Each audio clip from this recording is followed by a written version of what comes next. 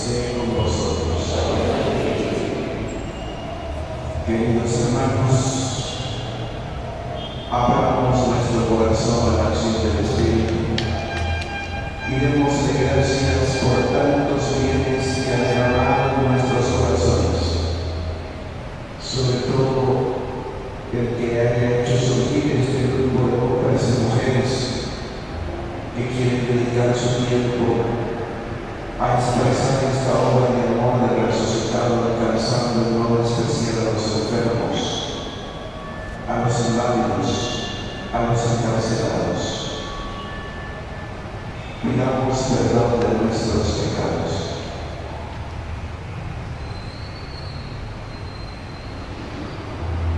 Tú que no has venido a condenar, sino a perdonar,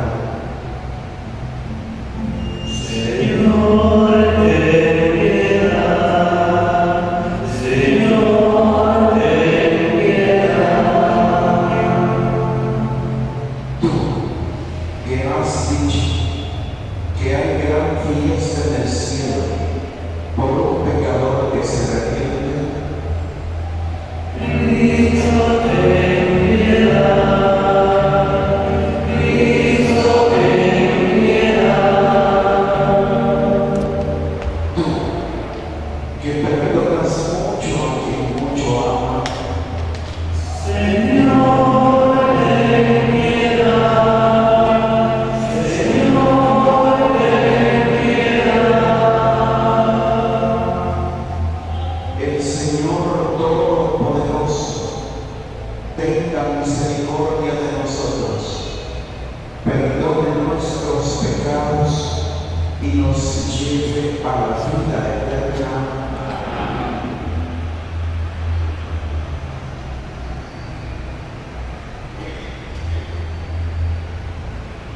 Oremos.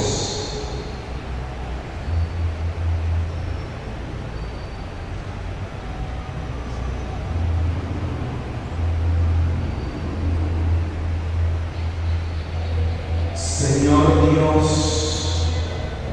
concédenos a nosotros tus siervos gozar siempre de completa salud de alma y cuerpo, y por la intercesión de la gloriosa siempre Virgen María, líbranos de las tristezas de esta vida y concédenos disfrutar de las alegrías eternas.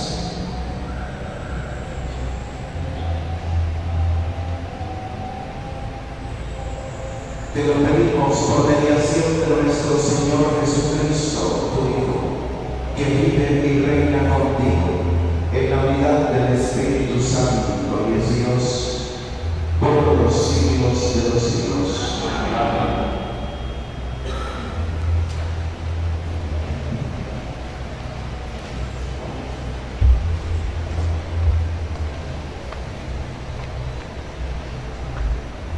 En este día dedicado a nuestra Madre en la vocación de la medalla milagrosa, la liturgia nos presenta hermosas lecturas, en donde el Evangelio de San Juan nos presenta la primera intervención de María en la vida pública de Jesús. Ella no permanece pasiva ante las necesidades de sus hijos. Su preocupación por los demás, su valentía y su fe es una voz de esperanza y de confianza. Pongamos atención a la lectura de hoy.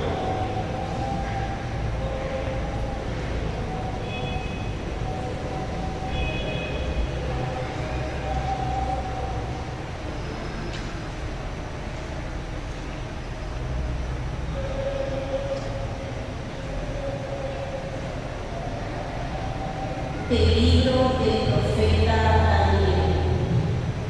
Yo, Daniel, tuve una visión nocturna.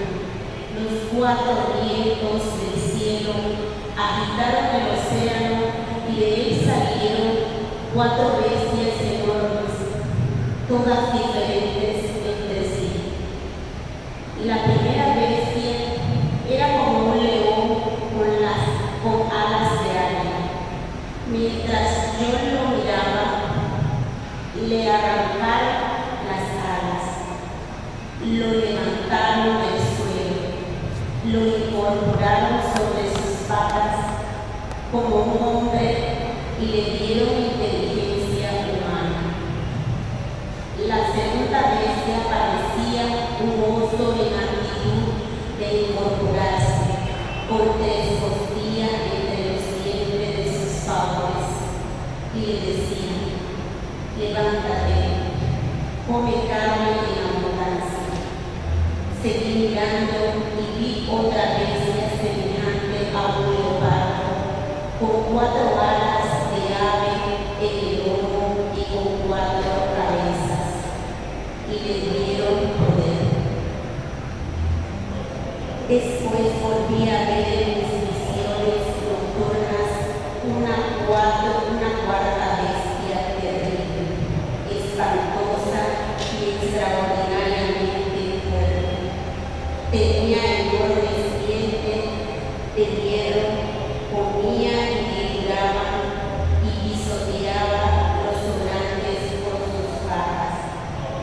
Era diferente a las bestias anteriores y tenía 10 cuernos. Mientras estaba observando los cuernos, despuntó de entre ellos otros cuernos pequeños, que arrancó 3 de los primeros cuernos. Este cuerno tenía ojos humanos y una boca que profería blasfemia.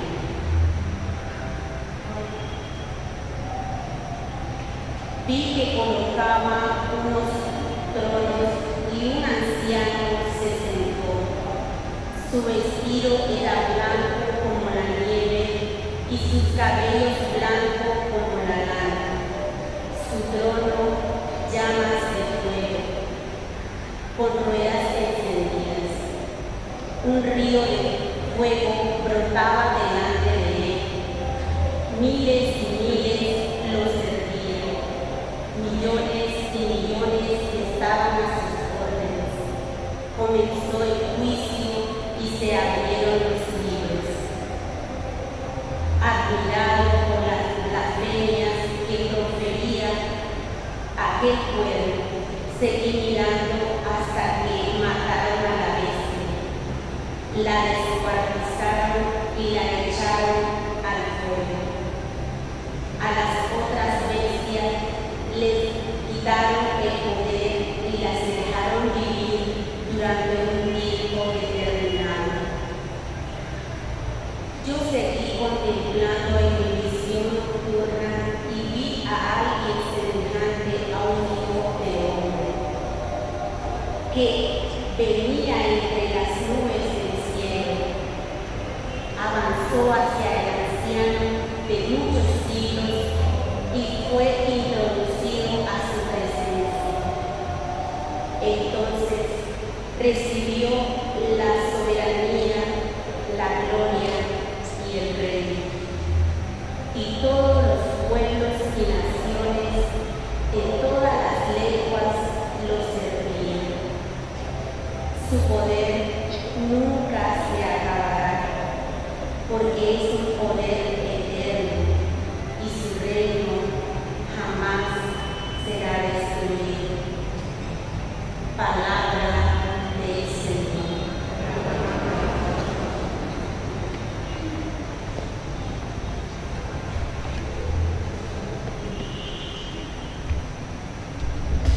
Bendito sea para siempre, Señor. Montañas y colinas bendigan al Señor. Todas las plantas de la tierra bendigan al Señor. Fuentes bendigan al Señor. Mares y ríos bendigan al Señor. Bendito sea para siempre, Señor.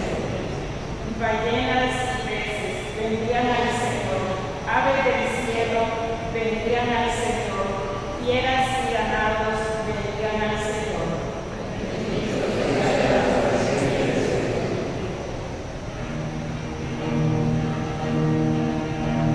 Aleluya, aleluya.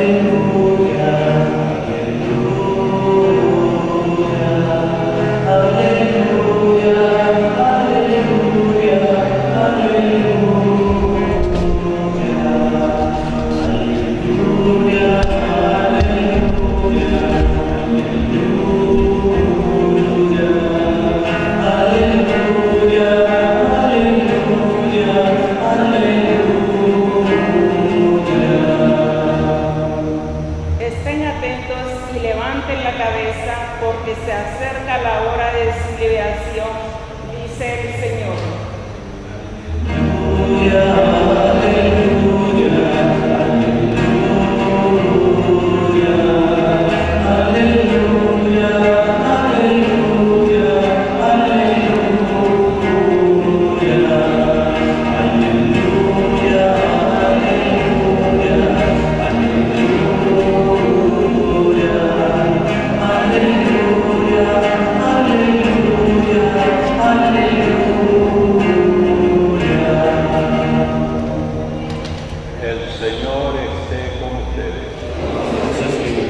Lectura del Santo Evangelio según San Lucas.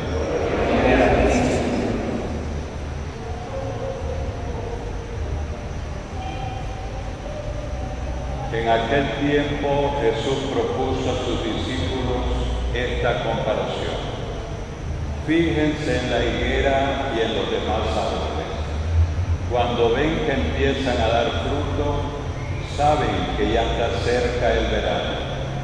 Así también, cuando vean que suceden las cosas que les he dicho, sepan que el reino de Dios está cerca.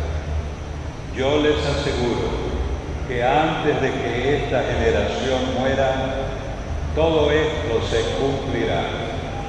Podrán dejar de existir el cielo y la tierra, pero mis palabras no dejarán de cumplirse. Palabra del Señor.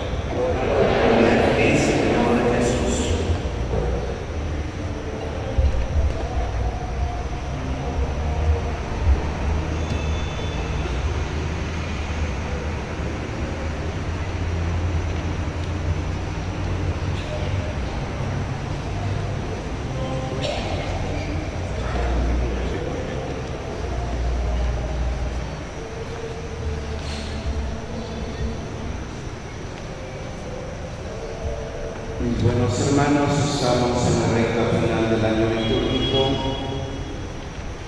y siempre en esta recta final nuestra Iglesia nos convida a pensar en el sentido de la historia, tanto personal como colectiva. Hay un juicio presente en ella que se está operando. El profeta Daniel, hablando en lenguaje apocalíptico, ciertamente habla en forma simbólica y el profeta habla concretamente para los problemas de su momento, pero justamente por ser lenguaje simbólico no queda agotado en ese nivel primario de significación, sino que el símbolo, por ser símbolo, queda siempre abierto y es clave de lectura para diversas situaciones humanas que cíclicamente se van repitiendo en la historia de la humanidad. Uno lo ve en cada generación. Hay gente que dice que hay algo nuevo y el niño se entusiasma y el niño se abre con alegría a la novedad que sus ojitos van descubriendo, y nosotros que ya caminamos por allí vamos educando al niño a saber ser sosegado, al joven a no dejarse envolver por lo inmediato, en mirar más a fondo. Y lo que decían nuestros abuelos y que nosotros en nuestro momento no comprendíamos, empezamos a un cierto momento de nuestra vida a repetírselo a la generación que viene detrás, porque la mentalidad del ser humano viene madurando. Por eso es triste cuando uno se topa con gente mayor que parece que no ha madurado nada, gente de 40, 50 años que piensa como un adolescente, y uno dice: ¿y a esta persona de qué le ha servido vivir tantos años? Parece que en la vida no ha aprendido nada. Y es lo que llamamos la sabiduría. La Iglesia experta en humanidad, que lleva adelante con su predicación el juicio de Dios sobre la historia, manifestado justamente en ese torrente de fuego que nace del trono del anciano de largos años, ante cuya presencia es traído aquel que viene en las nubes del cielo como un hijo de hombre, y que se le da el poder, se le da la capacidad de abrir el libro de la vida, como después va a leer el libro del Apocalipsis, retomando esa misma imagen del anciano del trono. Pero el Apocalipsis señalará 24 tronos alrededor de ese trono primario y fundamental. Y este Hijo de Hombre es representado como un cordero degollado que está en pie.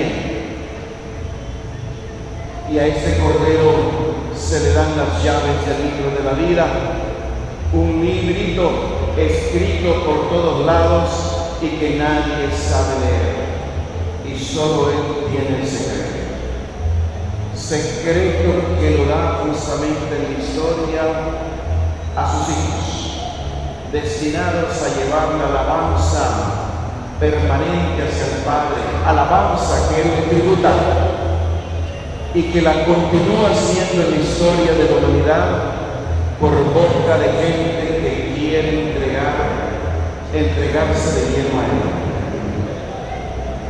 El Espíritu Santo justamente es el que guía a la Iglesia hacia la verdad plena en medio de tantos avatares y tantos sinsabores.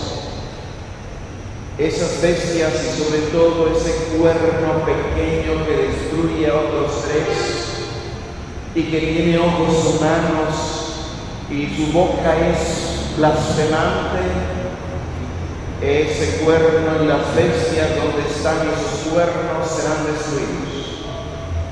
No puede prevalecer el mal sobre el bien. Esa es la gran convicción de la Iglesia. Y aunque ella sufra y gima y se sienta perseguida y abatida, sin embargo en el fondo de su corazón canta victoria. Los textos, por ejemplo, de despedida del Señor Jesús, cuando Él dice, cuando venga Él, el Espíritu de la verdad os guiará guiando hacia la verdad completa, Juan 16:13, justamente la Iglesia está convencida de la guía del Espíritu en su trabajo de evangelización. Inspirándome en ese texto de Juan y fijándome en este verbo guiar, voy a hacer algunas reflexiones. Una traducción más exacta del versículo que he encontrado en un comentario reciente del Evangelio de Juan dice así: el Espíritu de la verdad os guiará progresivamente hacia la verdad entera. Se trata pues de una conducción hecha poco a poco. Tal vez la traducción que mejor expresa el significado del texto original sea la siguiente: el Espíritu de la verdad os introducirá en la verdad entera, entendida esta como una globalidad, como una complejidad de situaciones que quedan abarcadas en una visión global. Se refiere pues a la multiplicidad de realidades históricas en que se manifiesta la verdad de Cristo en favor del hombre. Y justamente esta visión global es a la que nos convida la Iglesia en la recta final del año litúrgico. Visión global. No se trata de una suma de pequeñas indicaciones, de comportamientos fragmentados. Se trata de una visión global, orientadora de la plenitud de Cristo en la historia. Lo que el evangelista Juan promete es que la Iglesia, en el discernimiento del camino histórico de su existencia, en donde se topará con tantas bestias, que de un zarpazo hacen daño a la humanidad y hacen daño también a la iglesia, de gente que blasfema y tiene poder. Eso justamente significa el cuerno, pues en el discernimiento del camino histórico de su existencia que realiza el cuerpo de Cristo en la diversidad y complejidad de las situaciones humanas, la iglesia es guiada, conducida y progresivamente introducida por el Espíritu. La iglesia, por lo tanto, también en esa referencia a la experiencia humana, de madurez humana, también la iglesia va caminando en su madurez. A nivel de la experiencia del individuo cristiano, la plenitud de la verdad hacia la que el Espíritu Santo guía al hombre tiene muchos nombres. Estos nombres no son estrictamente sinónimos, pero sí están mutuamente relacionados, aluden los unos a los otros y se iluminan recíprocamente. Permítanme hacer rápidamente, en apretada síntesis, dando saltos y detenerme en matices, a hacer alusión a diversos periodos históricos, a la historia de la espiritualidad y de la cultura determinada, y de la cultura que puede determinar de hecho la prevalencia de un nombre sobre los demás, al hablar pues de esta experiencia, de esta plenitud a la cual nos conduce progresivamente el Espíritu. La plenitud de la verdad hacia la que progresivamente guía el Espíritu es el corazón nuevo de que habla el profeta Ezequiel. En la interpretación neotestamentaria, el corazón nuevo expresa aquella visión que abarca en una mirada complexiva la plenitud del misterio de Dios, tal como se vive en la historia por la mediación de Cristo. Recuerda la profecía de Ezequiel 26:26. Escucha, pueblo mío, te haré salir de tu sepulcro. Voy a cambiar tu corazón. Te transformaré ese corazón de piedra en corazón de carne. Y el profeta insiste mucho en esta transformación desde dentro del corazón del hombre. Igual que el profeta Jeremías, capítulo 31, versos 30 y siguientes. La plenitud del misterio de Dios es releído justamente esta profecía de Ezequiel en lenguaje neotestamentario, visto desde aquel que viene en la nube del cielo, un hijo de hombre, por la mediación justamente del Verbo encarnado. San Agustín utiliza una expresión que significaba mucho en la cultura de su tiempo. San Agustín habla de la vida beata. ¿Y qué es esto de la vida beata? La plenitud de alegría, de serenidad interior, que incluye en sí, abrazándolo, el conjunto de cosas y de situaciones, visto todo ello en Dios, que es preludio de la vida perfecta y anticipa la visión gloriosa de Dios. Y es hermoso vivir, es lo que decía Teresa de Jesús: nada te turbe, nada te espante, solo Dios basta. Quien a Dios tiene, nada le falta. Pero ya vimos un salto hacia adelante. En el medioevo, la etapa de Teresa, el comienzo de la Edad Moderna, la plenitud de verdad hacia la que conduce el Espíritu fue designada con la palabra devoción, término que Santo Tomás comenta con gran hondura y que alcanzará su máxima significación con un gran santo, un gran obispo, el obispo de Sales, sur de Francia. Se llamaba Francisco, San Francisco de Sales. Para el obispo de Ginebra, la vida devota es el conjunto de esa plenitud de verdad hacia la que el Espíritu conduce al hombre. Prevaleció sucesivamente otro nombre, con una connotación más específicamente psicológica. Ya en la etapa moderna lo llamaban fervor.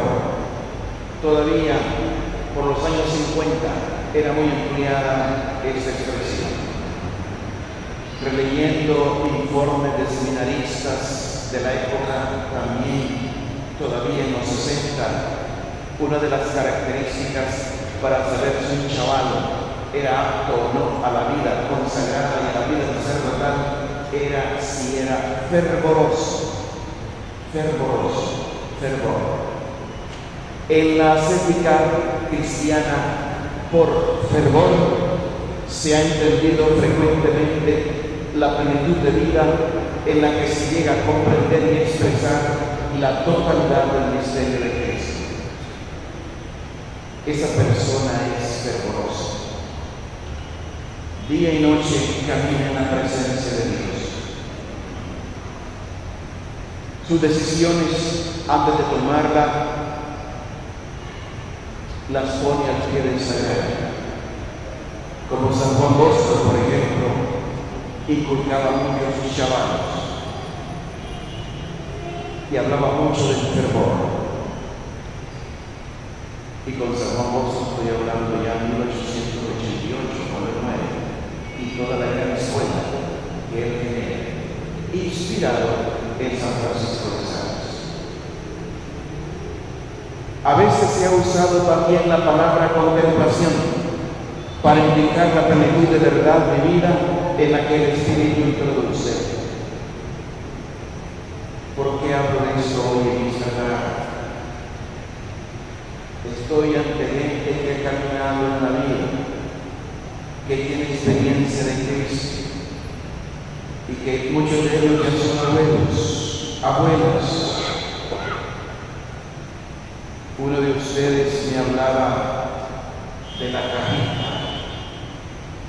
¿Cuántas cosas me dicen que está en la cajita? Por referirse al sagrario.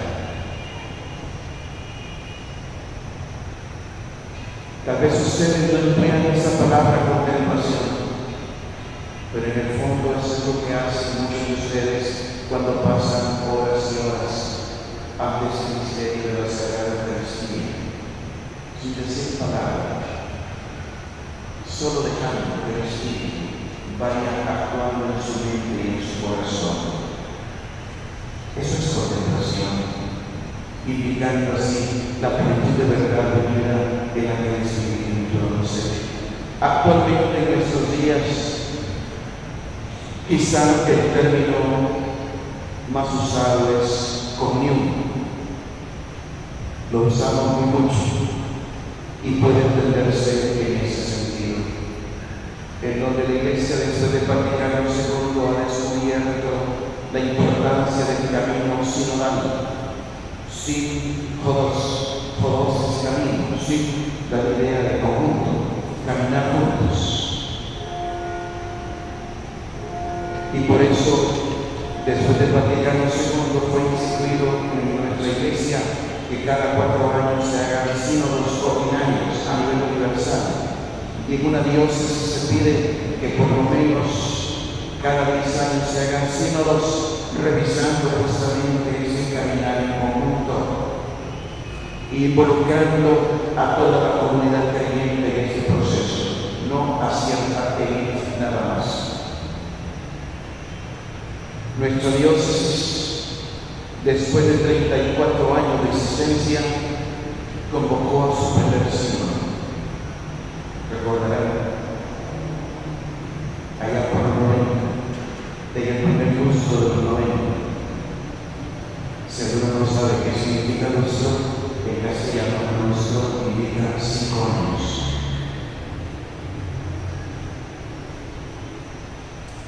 Y pasaron de 12 a 15 años y convocamos al segundo sínodo diocesano. Vamos juntos en caminar la ciudad. Y justamente de ahí vienen derivando algunas iniciativas que algunos les cuesta ajustarse.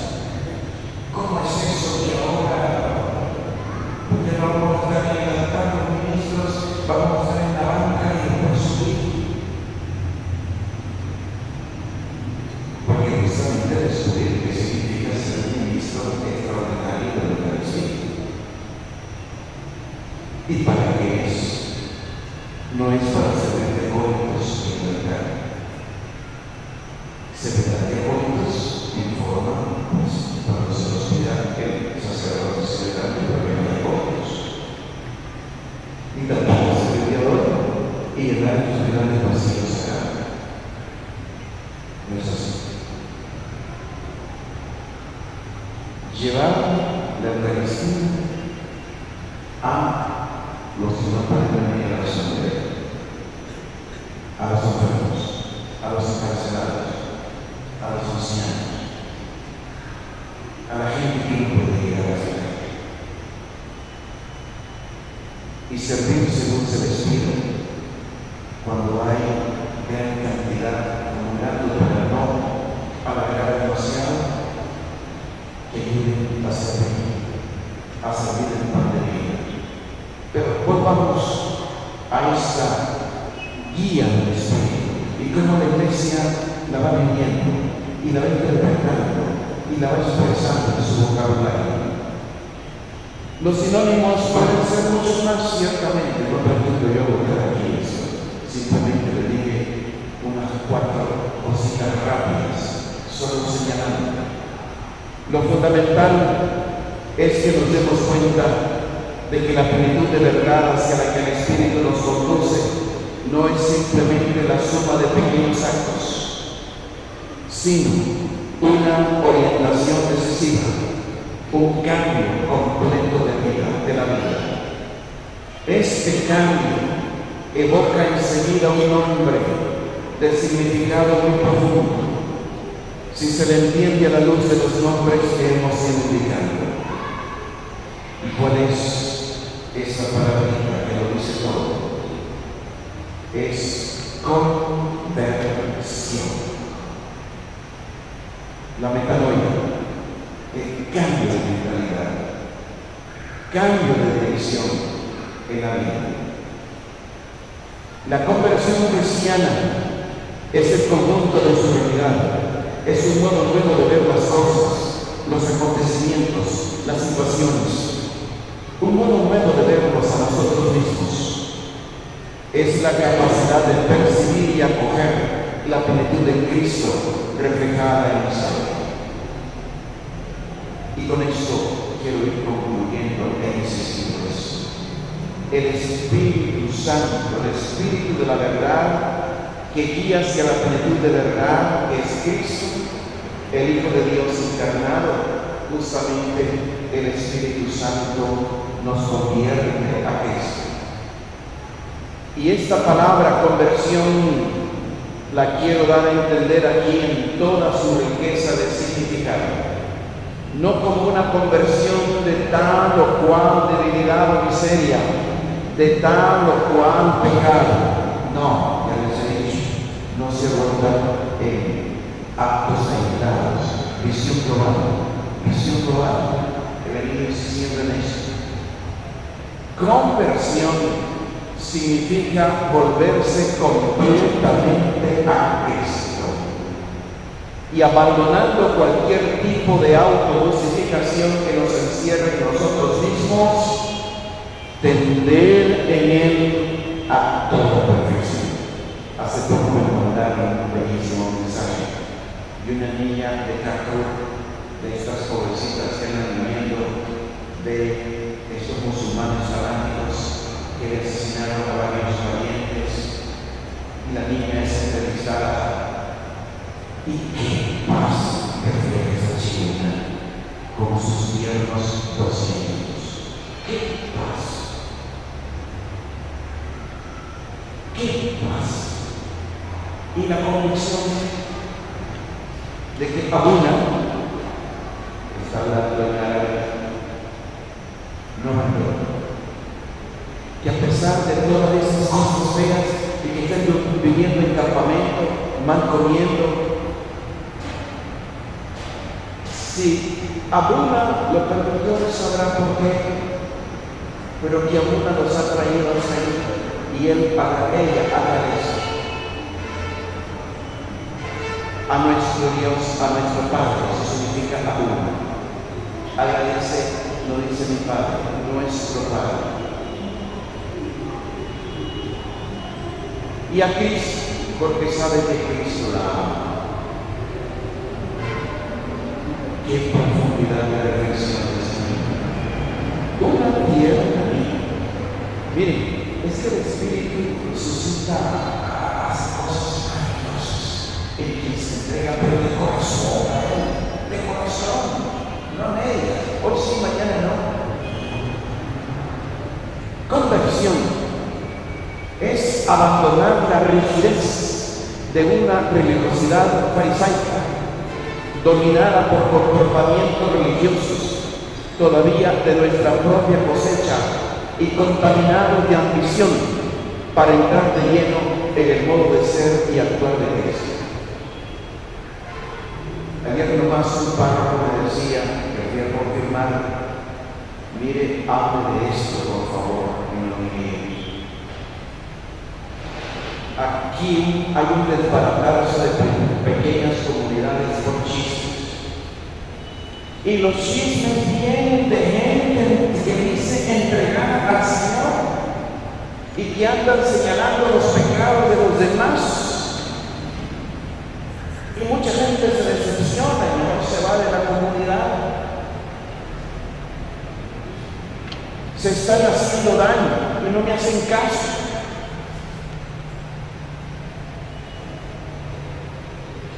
Tuve que sentarme en ese tema y leer la palabra de esa experiencia humana de estar viéndose en esa parroquia.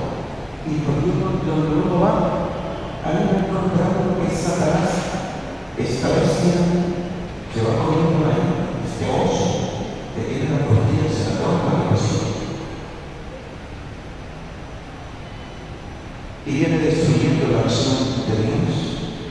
Y no falta pequeños cuernos o ojos humanos que digan mis oraciones.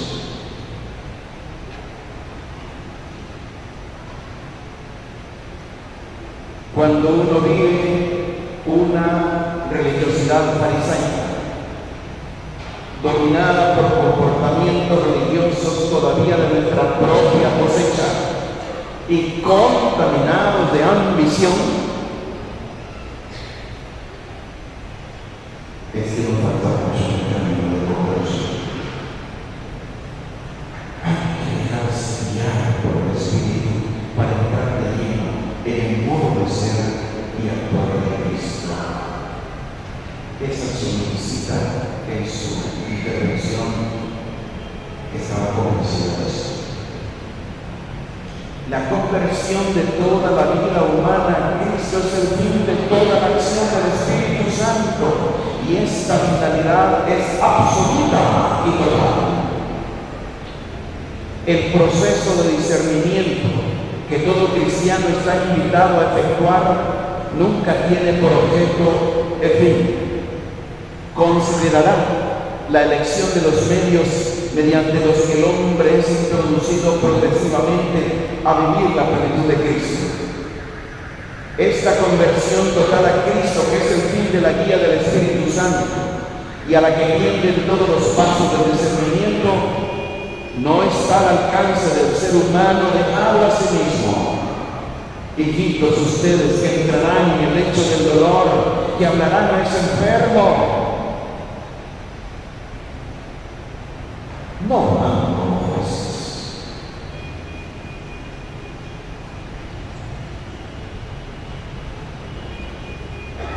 Va llevando la misericordia de Dios. Llevan a Jesús a verlo hecho pan. Ayuden a discerniendo ustedes mismos en las situaciones humanas en las cuales palpitaron de pecado, de negación, de rivalidad, de desechanza. ¿Cuántos enfermos en su lecho por quien pariente sentís que aceptó a Cristo están allí bloqueando, impidiendo que esa persona viva su categoría?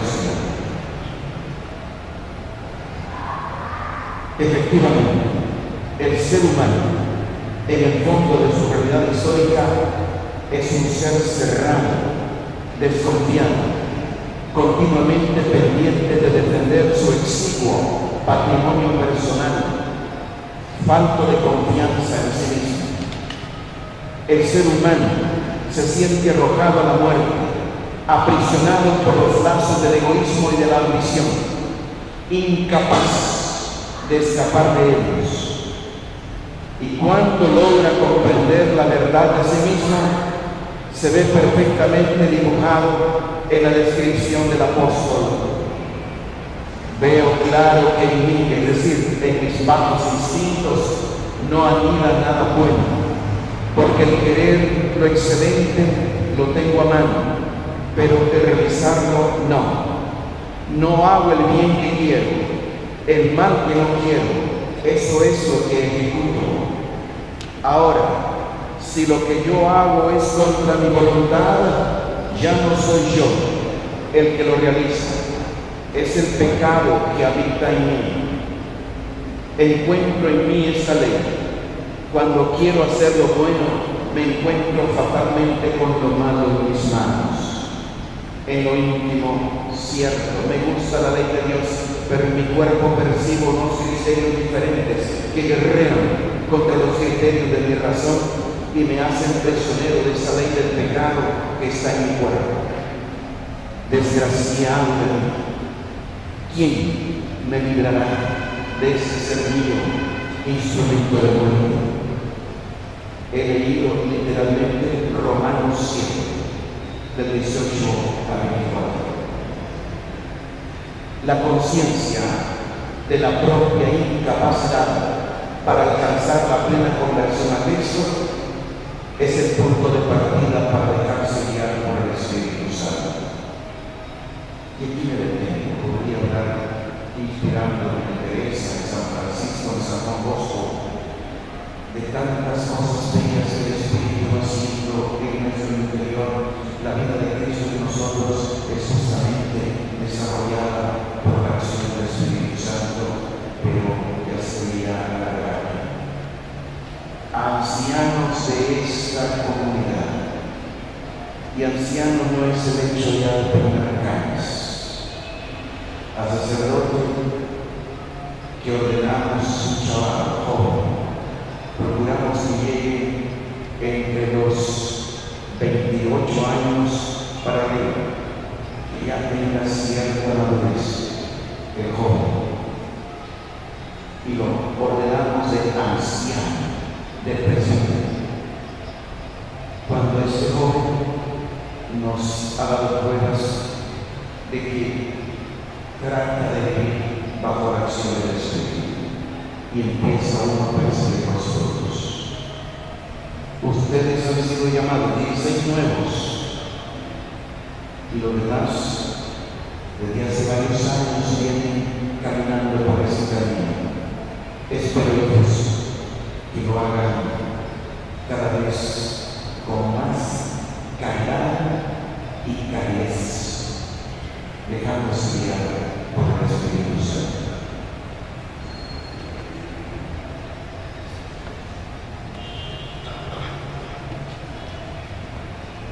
Ordinario de la comunión.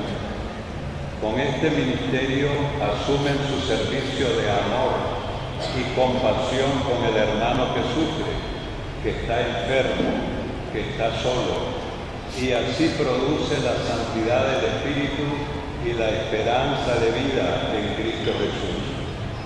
En este momento son llamados todos los hermanos a quienes la Iglesia les ha confiado el ejercicio de ministros extraordinarios de la comunión, para que públicamente manifiesten su compromiso ante Dios y la comunidad. A tenor del canon 230 del Código de Derecho Canónico y como prescribe el canon 910, parágrafo 2 del mismo código, se considera como ministro extraordinario de la Sagrada Comunión a aquellos fieles que bajo el parecer del párroco del lugar son idóneos para desempeñar el servicio de ministro extraordinario de la palabra y de la distribución de la Santa Eucaristía, ya sea enfermos o dentro de la misma celebración eucarística. Teniéndose en cuenta lo antes mencionado, háganse presentes los siguientes hermanos: Zoila Méndez, Altagracia Cruz, Eudocia Parrilla, Aminta Corrales, Margenia Paguagua, Maura Álvarez, Susana Méndez, Griselda Quirós, Gloria Alba Mesa, Gloria Marín, Alma Iris Talavera, Lucrecia Talavera, Ana María Moncada, Rosario Canales, Teresa Castillo, Juan Alberto Pérez, Jairo Guevara, Feliciano Guevara, Justo Pastor Gutiérrez, Elías Rodríguez, Humberto Gámez, Luis Centeno, Francisco Talavera, Luis Rodríguez, Luis García, Alexander Galeano, José Antonio Arauz, Dalila Casco Cruz,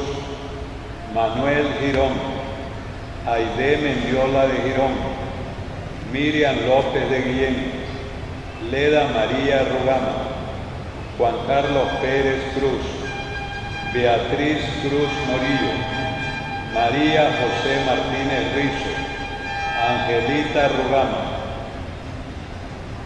Marlin Benavides. Estos hermanos son nombrados ministros extraordinarios de la comunión y de la palabra dentro del territorio que comprende la parroquia catedral Nuestra Señora del Rosario por el periodo de 1 año a contar de la fecha. En este momento, Su Excelencia, Monseñor Juan Abelardo Mata, tomará las promesas de los hermanos llamados a ejercer este ministerio. Ustedes, hermanos, responden: sí, prometo. Prometen ser fieles apóstoles de la palabra y de la distribución de la Santa Eucaristía, viviendo en comunión con su obispo de Iglesia Universal y cumpliendo el mandato de la caridad.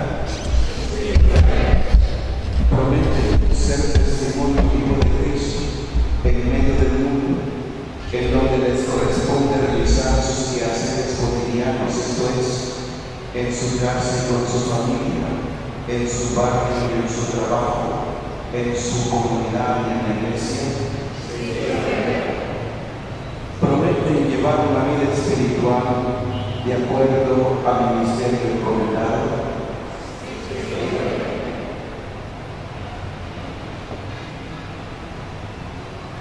Nos ponemos de pie todos, que el celebrante nos interroga a toda la asamblea acerca de la fe que profesamos.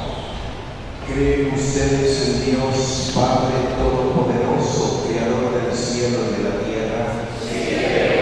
¿Creen en Jesucristo, su único Hijo, que nació de Santa María Virgen, padeció, fue sepultado y resucitó el tercer día de entre los muertos? Sí. ¿Creen en el Espíritu Santo, la Santa Iglesia Católica, la comunión de los santos, el perdón de los pecados, la resurrección de los muertos y la vida eterna? Sí. Esta es la fe de la Iglesia, que nos gloriamos de profesar en Cristo Jesús, y que el mismo Dios que nos ha llamado a este servicio especial en su Iglesia los bendiga y acompañe. Ahora el Señor Obispo hace una oración sobre los hermanos que reciben estos ministerios, mientras ellos se arrodillan. Oremos.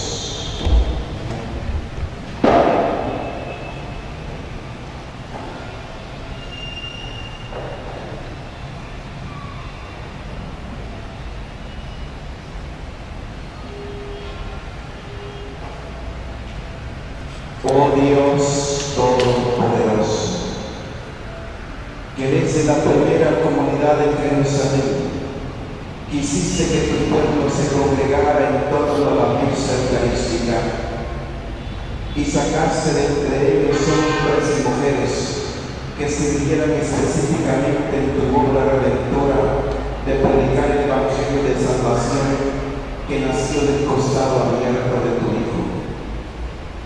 Te pedimos por estos hermanos nuestros que tú mismo has elegido para que cumplan fielmente la misión encomendada por ti, que los libres de la acción del maligno y que los llenes de tu Santo Espíritu, para que vayan por el mundo llevando tu cuerpo y tu palabra.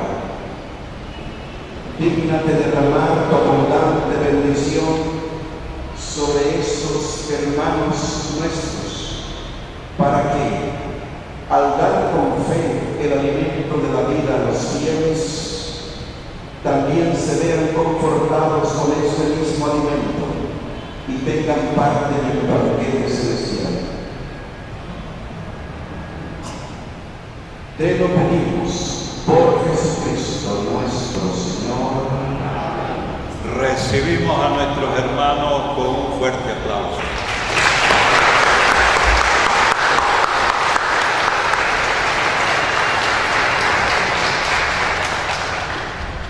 Se ponen de pie los hermanos que están de rodillas para dirigirnos todos a nuestro Padre Santísimo, que nos dejó la Eucaristía como sacramento de la salvación y salud de su pueblo y de todos los hombres.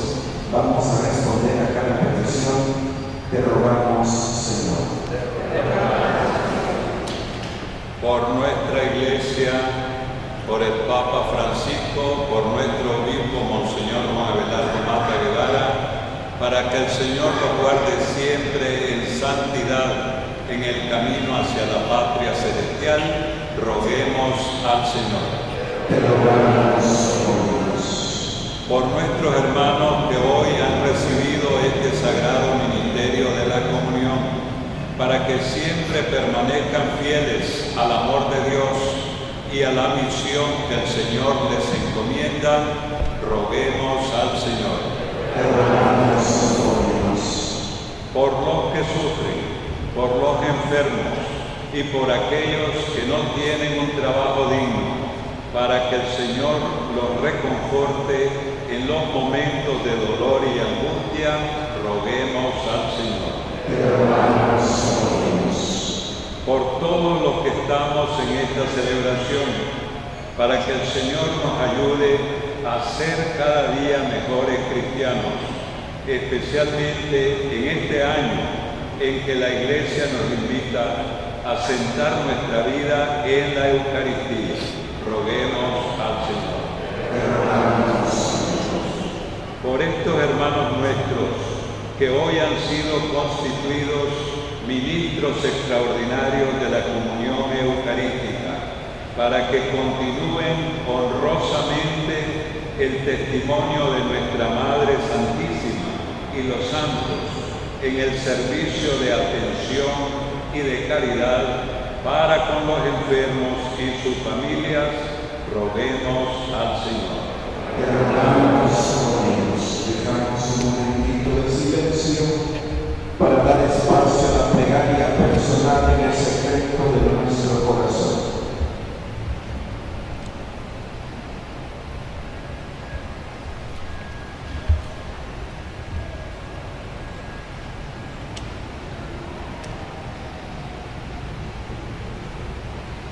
Señor Padre Santo, escucha nuestras oraciones y haz que todos tus hijos participen de la Eucaristía como remedio de todos sus males. Por Jesucristo, nuestro Señor.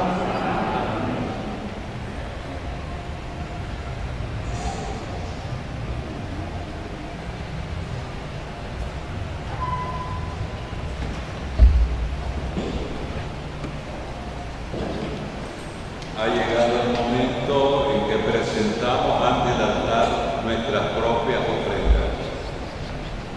Las cruces ministeriales, signo de la consagración al servicio de la liturgia, de la palabra y de los enfermos.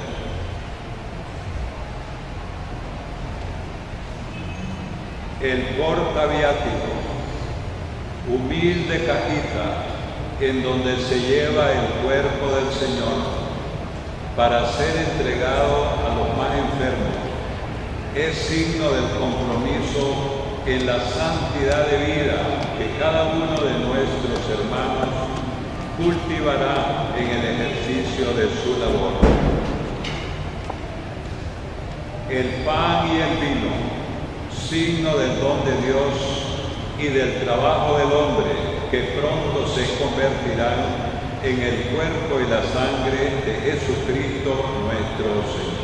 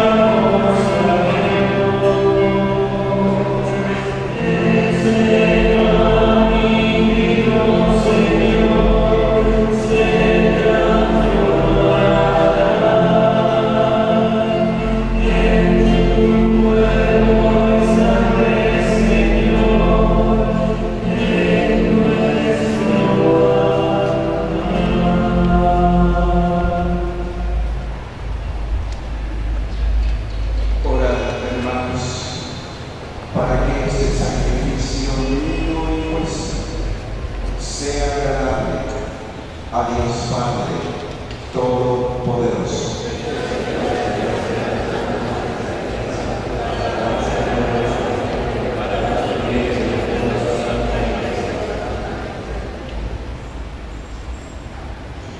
Recibe, Señor, las oraciones de tu pueblo, junto con las ofrendas que te presentamos, para que por la intercesión de Santa María, Madre de tu Hijo, ningún buen propósito quede sin realizarse y ninguna de nuestras súplicas quede sin respuesta. Por Jesucristo nuestro Señor. El Señor esté con vosotros. Levantemos el corazón. Demos gracias al Señor nuestro Dios.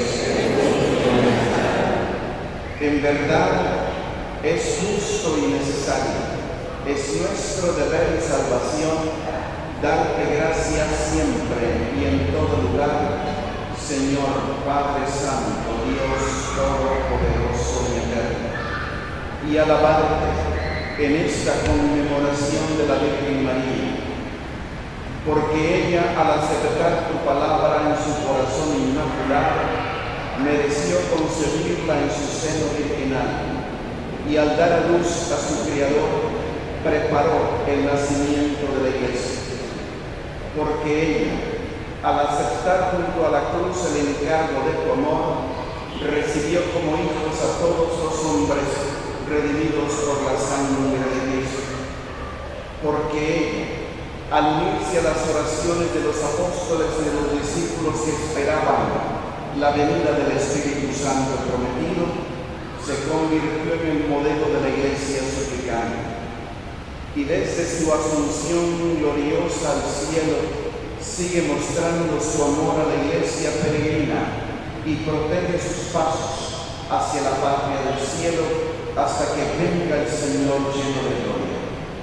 Por eso, con todos los ángeles y santos, te alabamos sin cesar, diciendo: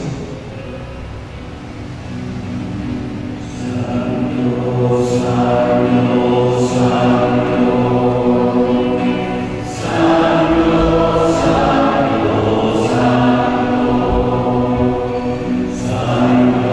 Santo, Santo, Santo, Santo, Santo, Santo.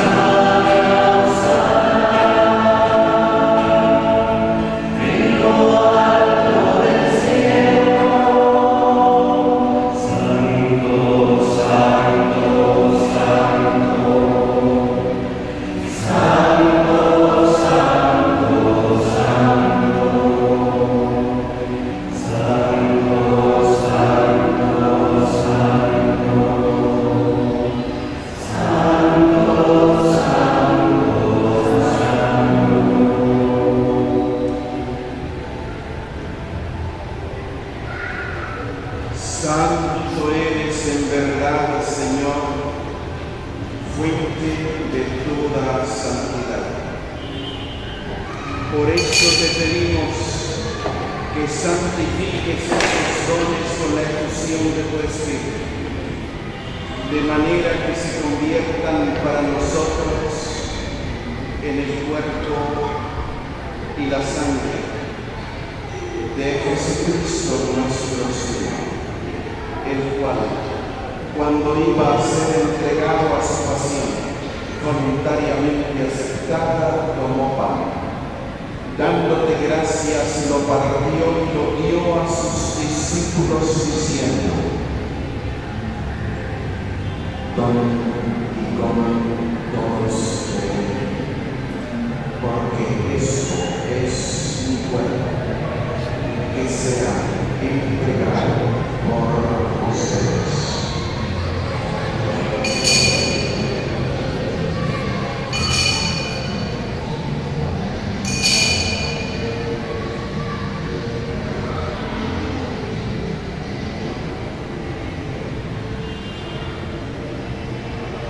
Del mismo modo, acabada la cena, tomó el cáliz y dándote gracias de nuevo, lo pasó a sus discípulos diciendo: Tomen y beban todos de él, porque este es el cáliz de mi sangre, sangre de la alianza nueva y eterna, que será derramada por ustedes y por muchos para el perdón de los pecados. Hagan esto en conmemoración mía.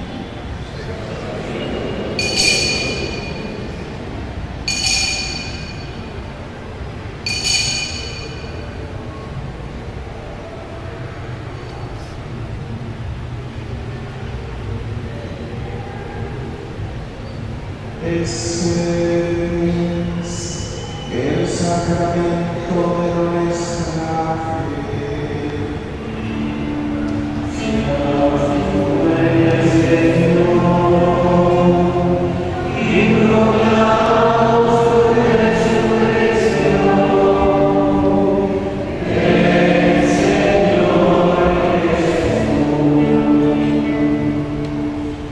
Así pues, Padre, al celebrar ahora el memorial de la muerte y resurrección de tu Hijo, te ofrecemos el pan de vida y el cáliz de salvación, y te damos gracias porque nos hace dignos de servirte en tu presencia.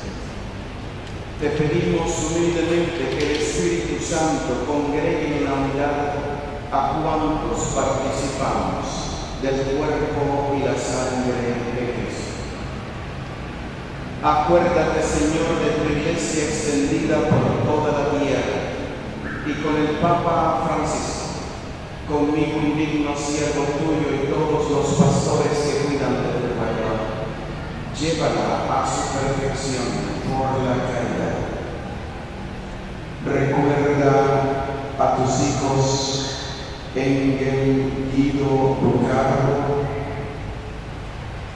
y Emilio Rugama, quienes te suplican por su salud, y a quienes un día por medio del bautismo los hiciste entrar a formar parte de tu familia. Ayúdales a seguir a Cristo tu Hijo con ánimo generoso y ferviente. Acuérdate de tus hijos José Garibo y María Milagros Rosales, quienes hoy celebran sus 25 años de vida matrimonial, fundando una nueva familia para ti, iglesia doméstica y sacramento del amor. Concédeles que la gracia de ese día se prolongue a lo largo de toda su vida. Recuerda a tu hijo Silverio Mendoza Casillo, a quien llamaste de este mundo a tu presencia. concédele que, así como ha compartido ya la muerte de Jesucristo, comparta también con él la gloria de la resurrección. Acuérdate también de nuestros hermanos María Guevara, Eduardo Donoso, Rosa Celia Mata Guevara, José Primitivo Huete Cerros, Aura María de Corrales, Juanita Soloso,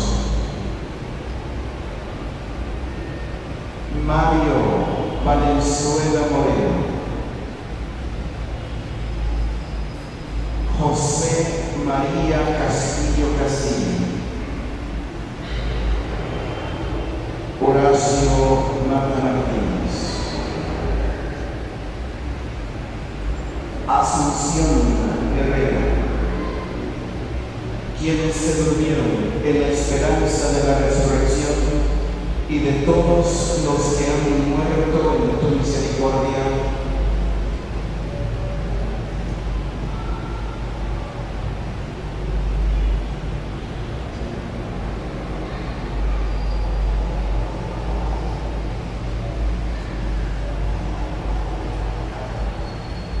Admítelos a contemplar la luz de tu rostro.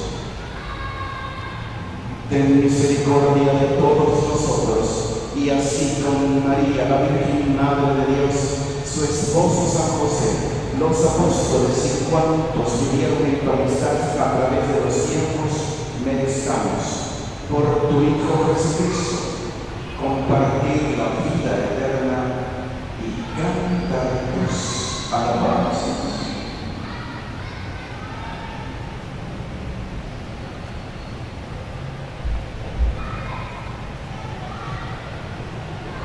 Por Cristo, con Él y en Él. A ti, Dios Padre omnipotente, en la unidad del Espíritu Santo, todo honor y toda gloria, por los siglos de los siglos. Amén.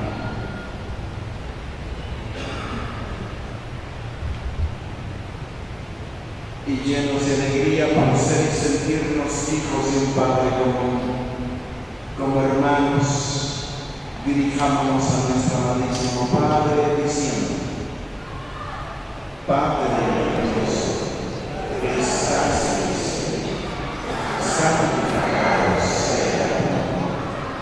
Venga a nosotros tu reino. Hágase tu voluntad en la tierra como en el cielo.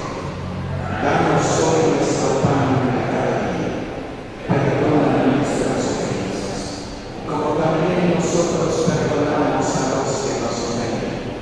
Y no nos dejes caer en la tentación, y líbranos del mal.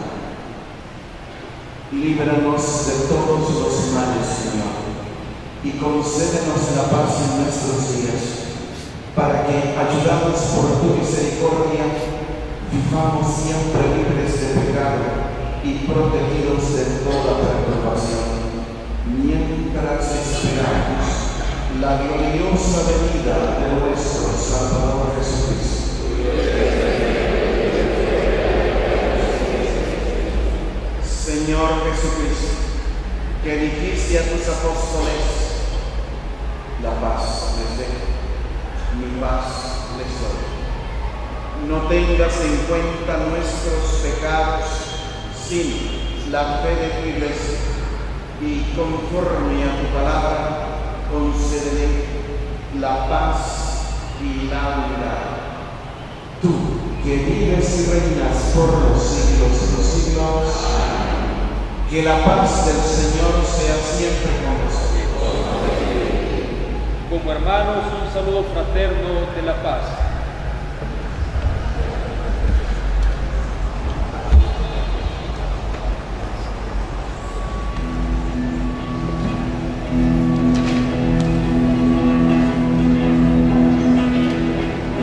Cordero de Dios,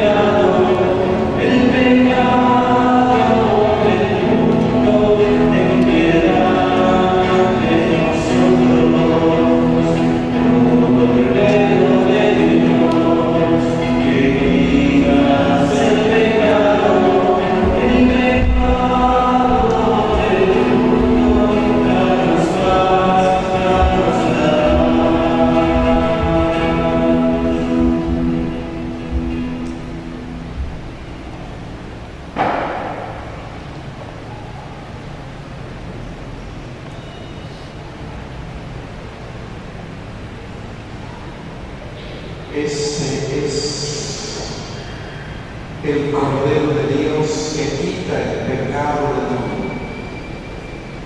Dichosos los llamados a la cena del Señor.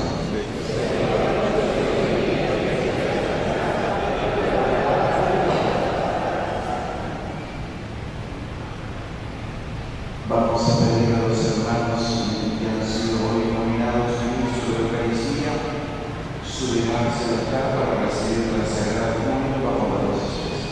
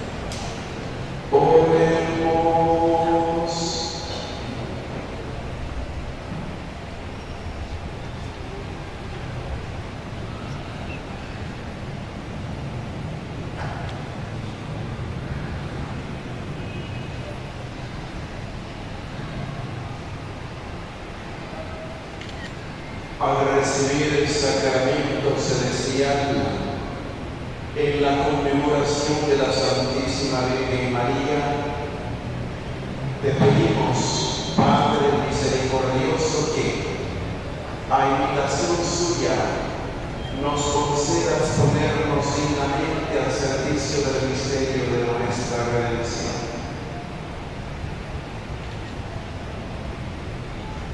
Por Jesucristo nuestro Señor.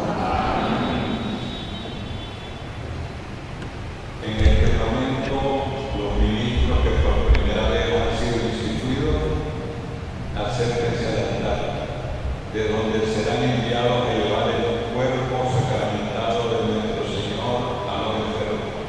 Signo de este envío es la imposición de la cruz ministerial, la cual usarán cada vez que ejerzan su ministerio.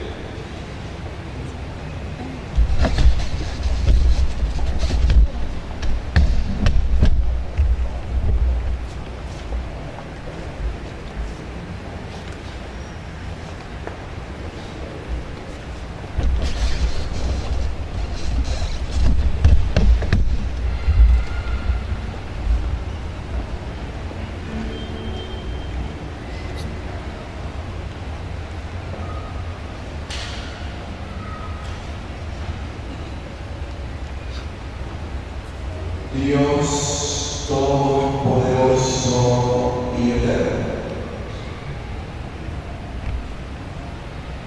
derrama tu bendición sobre estas cruces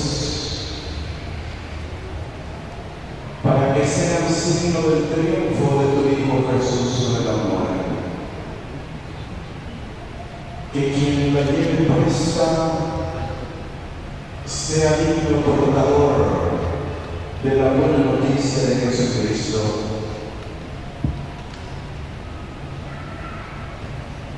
En el nombre del Padre, del Hijo y del Espíritu Santo.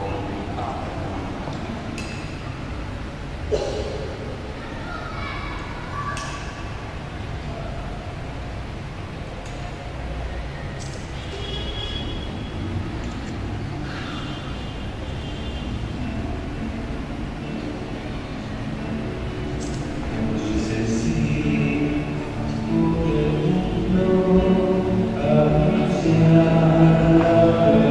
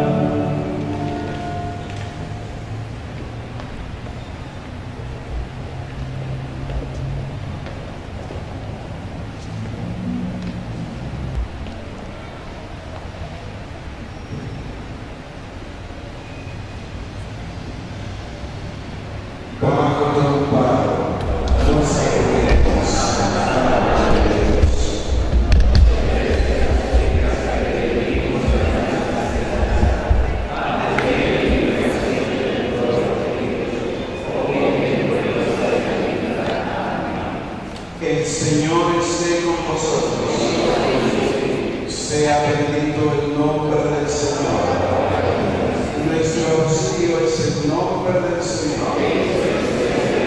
Y la bendición de Dios Todopoderoso, del Padre, del Hijo y del Espíritu Santo descienda sobre nosotros. Hemos celebrado la Santa Eucaristía. Pueden ir a proclamar por todo el mundo el Santo Evangelio de Salvación. Pueden ir en la paz y la alegría del Señor.